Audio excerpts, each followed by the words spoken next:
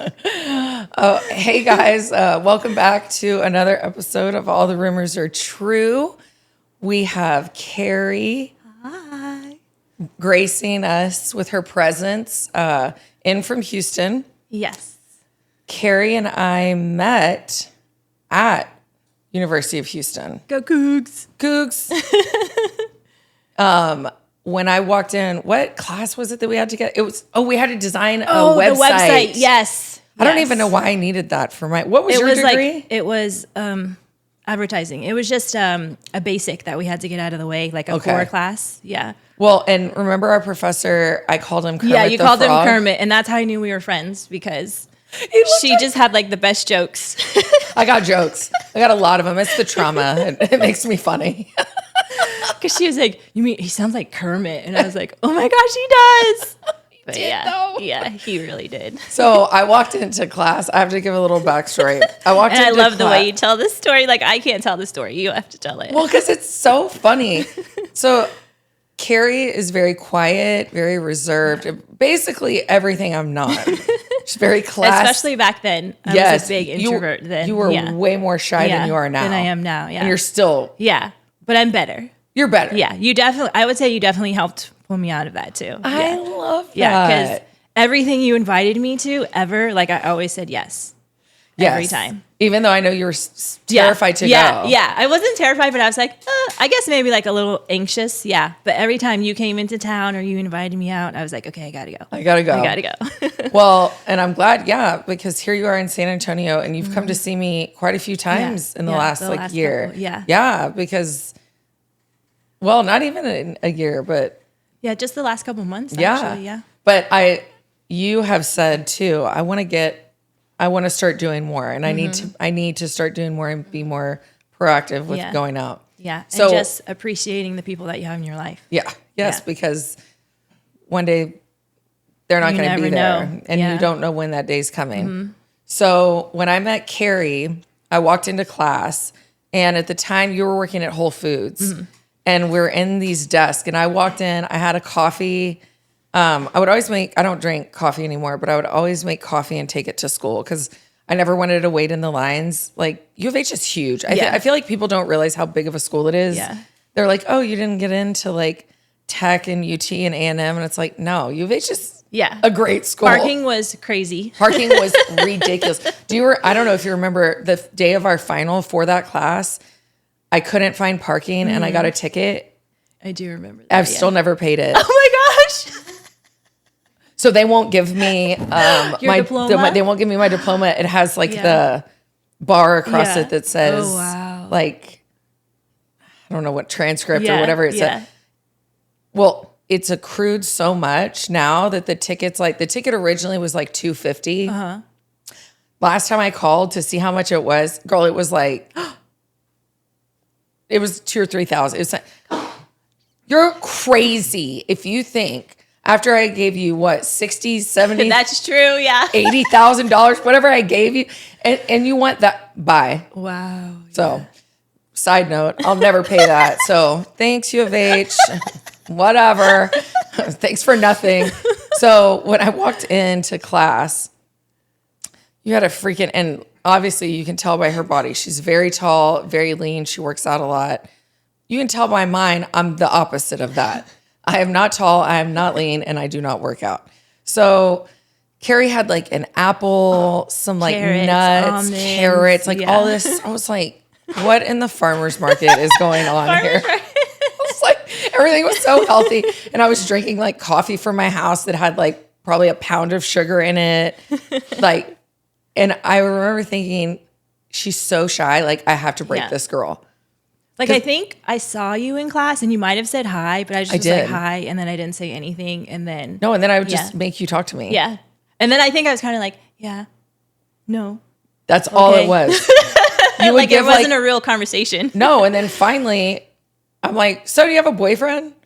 Where do you work? It was in the computer lab. Yeah, oh, yes. So this was in class. And then afterwards in the computer lab, you sat by me and just started talking. I started asking you all the questions. Yeah, just asking me questions. Well, I was trying to get you out of your shell. Yeah, and then that day you invited me to your birthday party.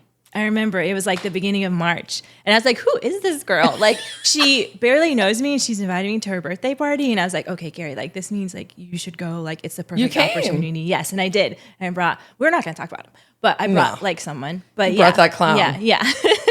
Who's still in the pictures that I still have, I might add. Oh, really? Yes. Oh my gosh. Yeah, I have pictures of y'all still from the party. Wow. Yeah. Yeah. And that was the beginning. I think that was like my 24th birthday. I don't remember a date. Yeah, I mean, it was it's been a while. It was, yeah. And then, definitely. Yeah, it was like my mission to like make you my friend. Because I could appreciate that. Yeah. I could just tell you were just like a good person. Yeah. Aw. I could. Thank you are. Yeah. And you come from great family. And I'm fortunate for that. Yes, you're very blessed. So today we're going to talk about grief. And there's definitely going to be tears. Like, that's one thing. I'm trying to be more vulnerable, which I've been talking about with my therapist. It's just because sometimes I hold things in, right? Which isn't good. And everybody is hurting, right? Everybody is going through something. And so nothing can go wrong by being vulnerable with people. No. Being real with people, with being your authentic self, right? Yes. So I'm like, okay, we're going to cry. We're going to get into it. Yes. I mean, if I usually don't leave therapy that I haven't cried. And I've been going to therapy forever, but there are some sessions that I leave and I don't, but most of the time there are tears. Yeah. So grief comes, in multiple stages, multiple waves. Yeah. The only person that I have lost like that is dead was our very best friend, Johnny Gillis.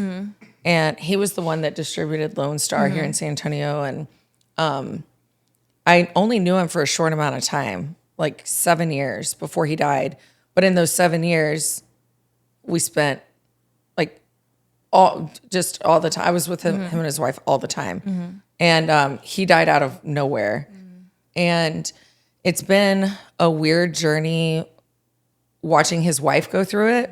So they started dating when she was 15. And he died when she was 59. Oh, wow. So like her whole life she was with Johnny. Yeah. And seeing her go through. See, and that's another thing with grief because you're grieving on your own, right? But then when you see other people.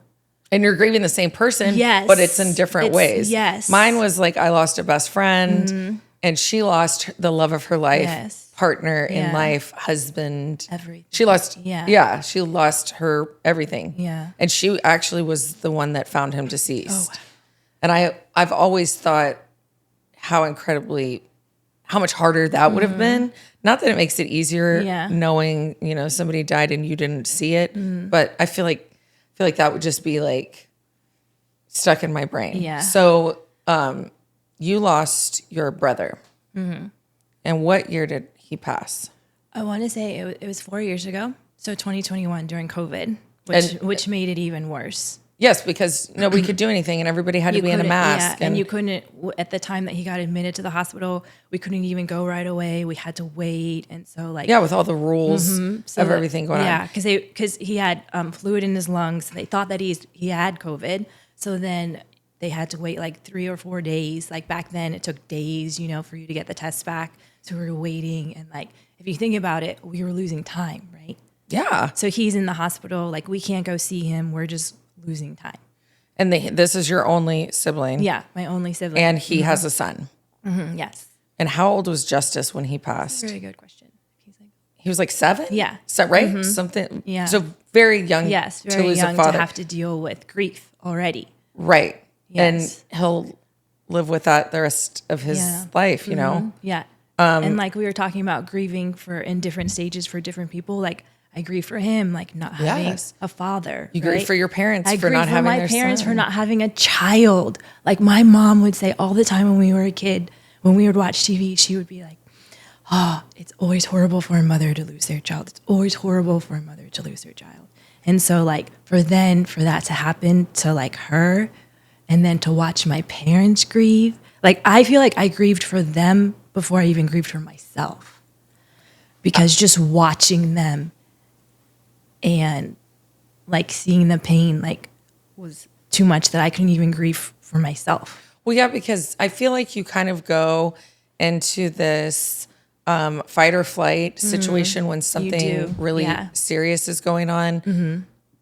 You know, you just go into this mode of, I have to take care of my nephew. I have to take care of my mom, my dad. You know, men tend to be more stoic, but he was feeling all the same feelings as well. But, you know, and then because I saw it with you when it happened, it seemed like for almost like a year after he died, you didn't even really start taking care of yourself. Yeah. Well, I wouldn't say taking care of myself. I wasn't grieving. Yeah, that's what I mean. Yeah, I wasn't grieving. I wasn't like feeling it. Because even when I told you, like it had been like a year after when you came into town, you're like, how are you? And I was like, oh, my brother died. But I wasn't like super upset at the time. No. Because I still like, I would say I just started really, really grieving the last 2 years. And it's been 4.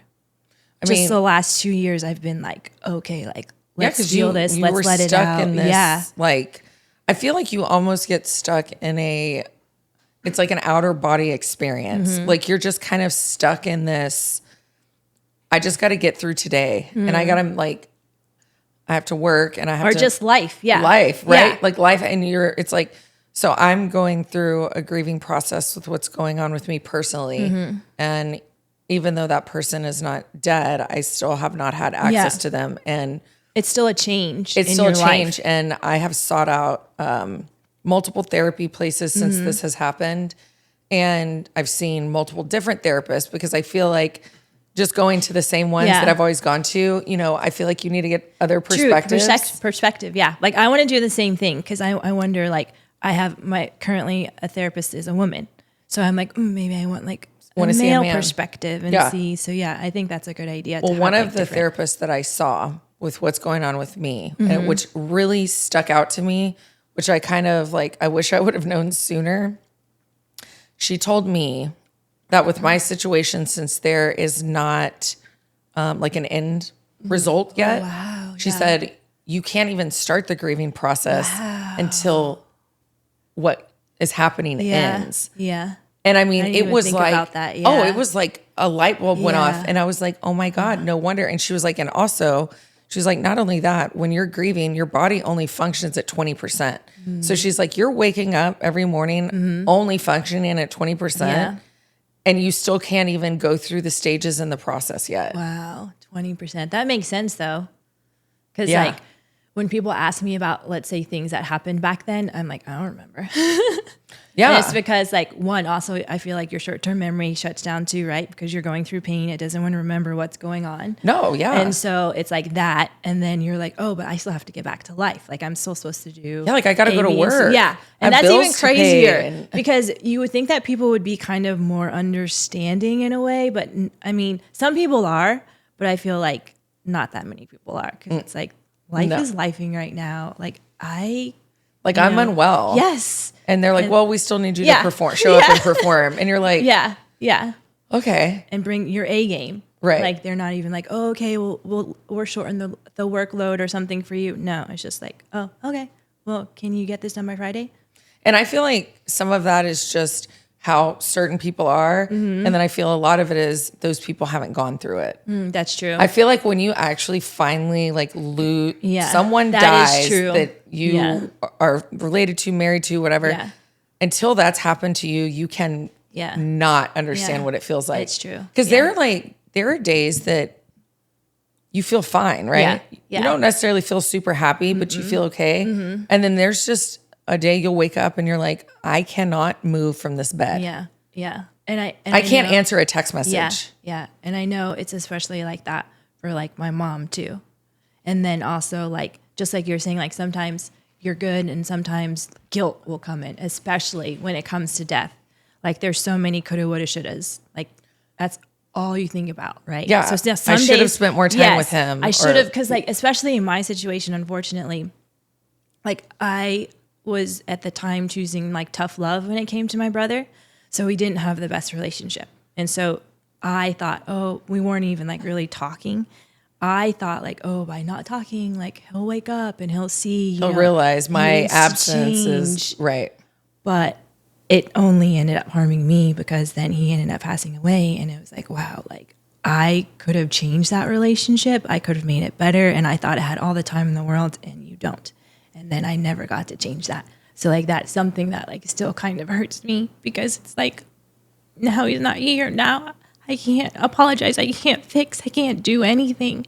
So you really have to remember, like, tomorrow isn't promised, right? So appreciate the people that you have. And that's why when, especially when it comes to you, you would invite me out like often, right? And I would be like, oh yeah, maybe, I would always say, yes. But then it's like, Kari, come on, you have good people in your life, right? And then also, like, I also learned there are people I had in my life that weren't good people, right? That I was clinging to because I was losing people. Like, because my aunt died, my brother died, my grandma ended up passing a year later. And so I kind of had PTSD, like clinging to people I shouldn't be clinging to friendships I shouldn't be clinging to. And then meanwhile, I had people who are actually reaching out to me, actually checking up on me, after these people after I've been losing people, right? And I'm not taking that. I'm not, using what I have. Right. So then I was like, okay, Kari, stop. Like, you have good people. Like, let me reprioritize this. Yes. The people around me, which with what's happened with me this last 8-9 months, like big awakening of who's here, like you're one of them, you live in Houston, it's 3 hours away. You work full time, you volunteer, volleyball ref and all that stuff with your dad, you have a busy life. And with everything that's been going on with me, I think you've been here like 3 or 4 times in the last 8 or 9 months. Yeah. And it's like, that speaks volumes. You check on me, I check on you, and we share locations. We're like, oh, you're here. We know where each other are. I'm like, oh, where is she? Oh, at the gym. Yeah. I love a good stalk session on a Tuesday. That's true. You were like, oh, what's Millie doing today? You're like, oh, there she is, just at her house again. Because it seems like I never leave here. Yeah, it's funny because you're like, yeah, I was looking to see if you were at the airport, but you didn't leave your house for like 2 days. I was like, my flights are canceled. Yeah, I kept texting. I was like, I'm not at the airport. Where are you? Why are you still home? Yeah. Are you alive? Yeah. But no, I mean, I think it's good to have people like you and I and others that you have in your life to hold you accountable and keep you accountable, right? Yeah. Because there's like days that you text me and I'm like numb and I'm like, I can't even text back. And I've also, working full time, just on top of all of everything else. And it's like, you'll text me again. I didn't hear from you. It's good to have people like that in your life and to check on you. And that's new for me too, because the old me, if I texted and people didn't respond, I would get upset and I would take it personal. And I would be like, oh, they don't like me or all of this. But now also working through therapy, becoming more secure, seeing that like everyone isn't at the same level and that's okay, right? It doesn't mean they love you any less or anything like that. So, or they're just having a bad day. They're just having a bad day. Or they're asleep. Yeah. But at least you know that you sent the love, right? Yes. And they know that you care, and that's all that's important. And there are times like that. So with Johnny, our best friend that died, his wife, I had to learn that real hard with her because like, I'm talking, she wouldn't text me back for weeks. Wow, yeah. And I would still text like every day. And you have to like. And now that I'm going through this, now I'm like, I get it. Yeah. I get like why. And then like the longest we went was like 3 weeks. And I finally texted and I was like, I'm really concerned. Like, I'm going to call your sister. Yeah. And then she texted me back like that next day and she's like, hey, beautiful, I'm so sorry. But now that I'm in the shoes, I get it. Yeah. And it's nothing personal. Yeah. It's like that other person's, fighting to breathe too. Yeah. Yeah. So with your brother passing suddenly, do you feel like it's been harder on you with the grief process because it's like you weren't prepared for it? Yeah. Then, because my grandmother passed a year later and she was 102, right? And so for us, we were making sure like every year on grandma's birthday we would go to Florida and see her. And so like we would talk to her, call her every day, right? So we were really prioritizing grandma because grandma is 100, right? Right. And so you forget about the other people in your life, right? And even with my parents, like I made sure to spend like more time with my parents, start doing the volleyball reffing with my dad because it's a good way to spend time with him. I wasn't thinking about my brother, right? Like not, he was around the same age, like he was younger, like he was a little bit larger, but I still wasn't thinking like, oh, you know, he has health issues, right? Right. Like you didn't think his weight was going to be an effect. Yeah. Like I knew that we needed to have a conversation with him because, you know, the older I get, the harder it gets to lose weight because of his size. I knew we would have to have a conversation, but I never thought like, oh, like something's going on and he's going to die. Right. Yeah. And he, correct me where I'm wrong, he got into a car accident. Yeah. And then didn't go to the hospital. Well, this is the thing that makes it all very confusing. Like we still don't really know like what was going on. Because of COVID, right? Not just because of COVID, just because like he wasn't telling us everything. So he got into a car wreck like around Thanksgiving. And I think something happened and there was like fluid building up in his body because I noticed that he looked differently, right? And I thought he was getting bigger. But then when he fell in the shower and went to the hospital, they were like, his body is filled with fluid, right? And I was like, oh my gosh, that's what I was seeing. Right. It wasn't fluid. weight gain, it was fluid. Yes. Yeah. And so like, I think he went to the doctor, but again, since it was COVID, like they did the little video conference call and they didn't run tests and maybe my brother wasn't telling them everything. So they didn't catch anything, but something was still going on. And then he ended up falling in the shower, hitting his head, going to the doctor afterwards, but then something happened at the doctor and they rushed him to the hospital and they're like, oh, he has sepsis. I always say that wrong. Yeah, and sepsis. He was septic, yeah. Yeah, it was like, how is he at this point when like he was walking around and fine 2 days ago? Well, and I don't know if you've done a lot of research on being septic or sepsis. No, I like that was my first real time hearing about it. It's like very serious. Yes. Like you can get septic and be dead in like days. From what? If you're not treated. I don't really know a lot of causation of it. I had a girlfriend that got septic somehow. I don't even know.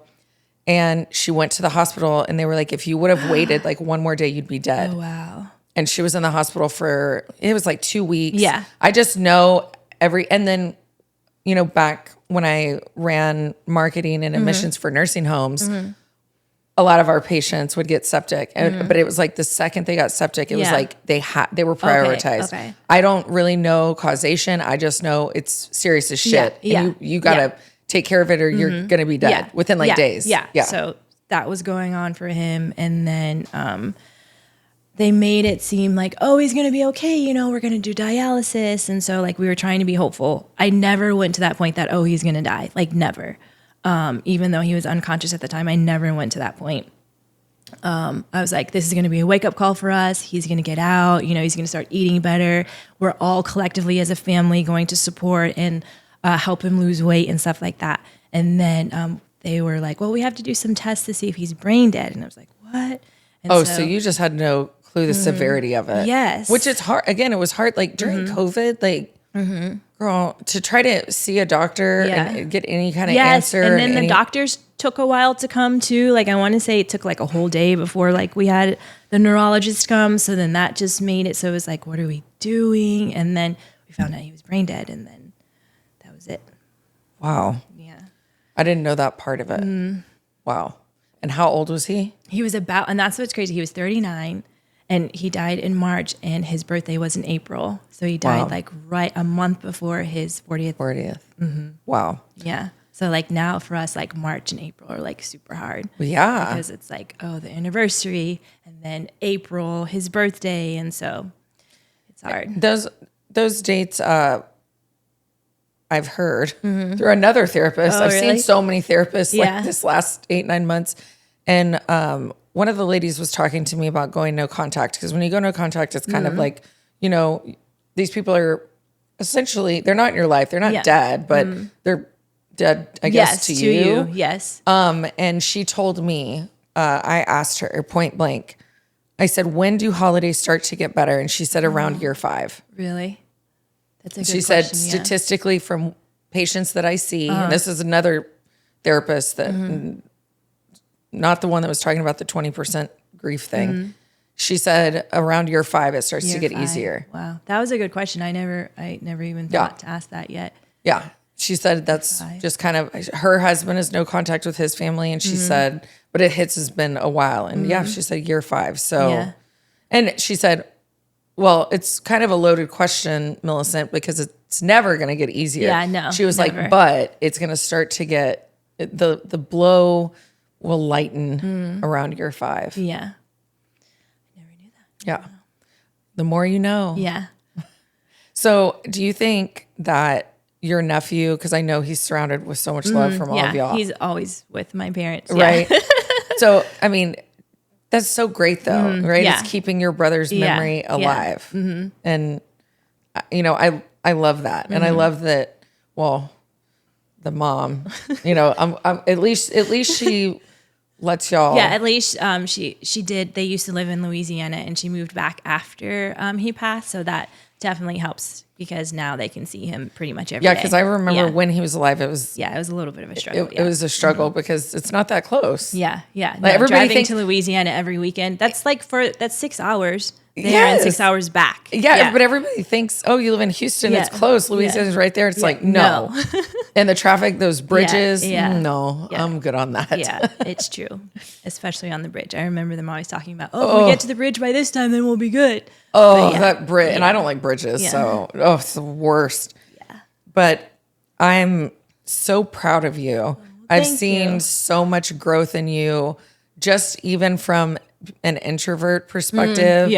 Just from that, when we started to become friends, and then seeing you like losing all those family members in a short amount of time, and just your growth, and, you know, like, hat tip to you, because not everybody thinks they need therapy. They're just like, oh, well, it's life. And that's true. My brother's dead, and it's okay. I'm going to move on. And it's like, don't you feel therapy has helped you just drastically? I love therapy. Like, I'm to the point, I even told my therapist this. I'm like, when I get a boyfriend, even with friends, I'm like, I'm going to bring everybody we're going to have a group therapy session, because I want to know right away if we're compatible, if we're not compatible, how can we work on that? I love that idea. There's so many triggers and things that come up with people that they don't know about that affects your relationships, right? Yeah. So it's like, if we get to the bottom of it, like right now, so we don't have to deal with it later on in life, then why not? Yeah. That's a good one. Yeah. First hinge date. Yes.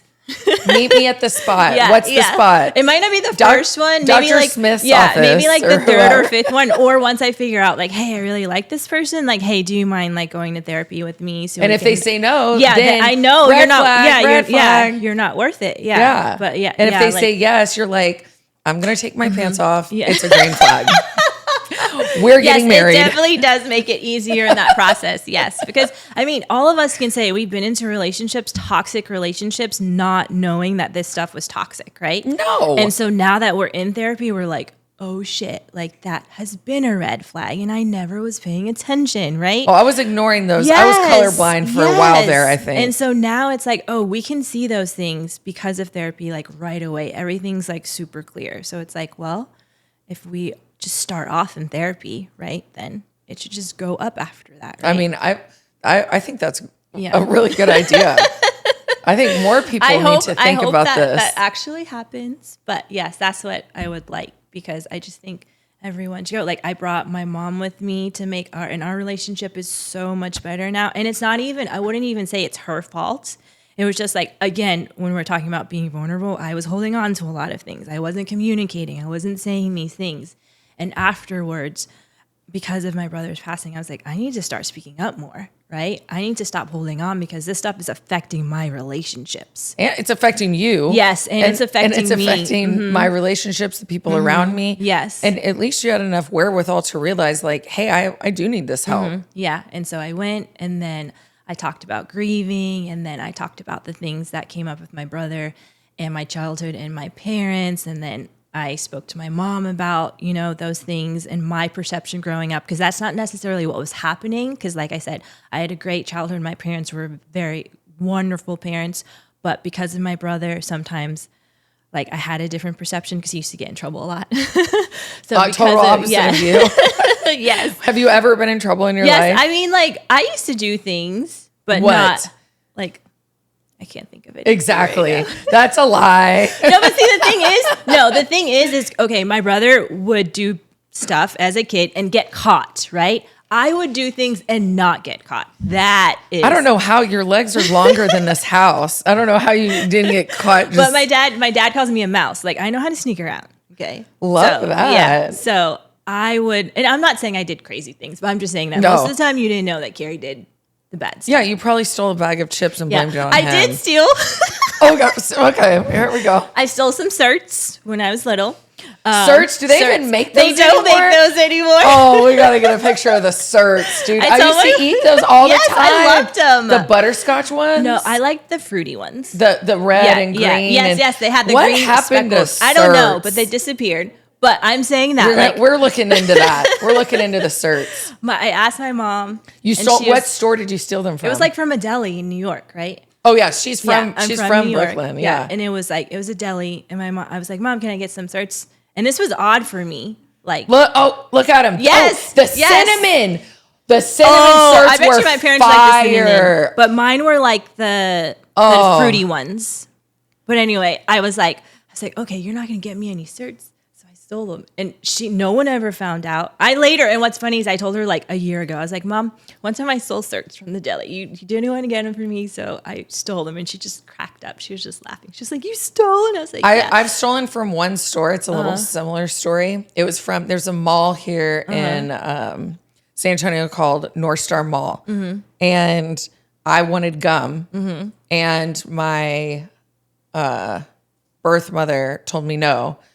Put it in my pants or stole it. However I stole it, I don't remember because I was little. Yeah. I was like, God, I had to have been like 7 or 8. Yeah, like I had to have been like 5 or 6. No, like, I was young. Small. Yeah, I didn't know, stealing was illegal. Well, right? I mean, I knew, but I didn't. Yeah, but I knew. Yeah, like I knew it was wrong, but I still did it. You still did it. And girl, we got like halfway down and when I say halfway down, like where we were driving to was like an hour and a half from here. Uh-huh. She turned that fucking Suburban around and made me go give them the gum back. Wow. Never stole again. Yeah. I'm like, well. See, no one found out and nothing happened. Well, I said it in the car because I was nervous. Yeah. I was like, I took this gum. I wanted it. You want to get it? And I mean, she whipped that Suburban around and took me back and made me apologize to the people. And she's like, scared me. There were police there. No. Yeah. Not me. I was like, just sucking along with the certs. Happy as a little camper. I freaking love it. Oh my God. Well, so I want to thank you so much for coming down. I want to thank you for talking about this because I know this is not an easy topic. Mm-hmm. I know that I can't fully relate to what you're going through. But again, a lot of my pods, I really want to be able to at least help one person. Mm-hmm. If it helps one person, then it's worth all these tears and everything we just talked about. Mm-hmm. Well, I love you. I love you too. And thank you for having me. It was a good time. It was. Definitely could talk about a lot more. Lots more, but some of it should probably stay off the internet. I know. I asked, I was like, what is off limits? Can I cuss? Like, what can't I say? So yeah. Yeah. A few things. Yeah. Well, love you. Cheers. And love you too. We'll do this again. Yes. Okay. See you next time, guys. Oh, was it? It wasn't like flowed like really good. I'm sorry if I got off subject.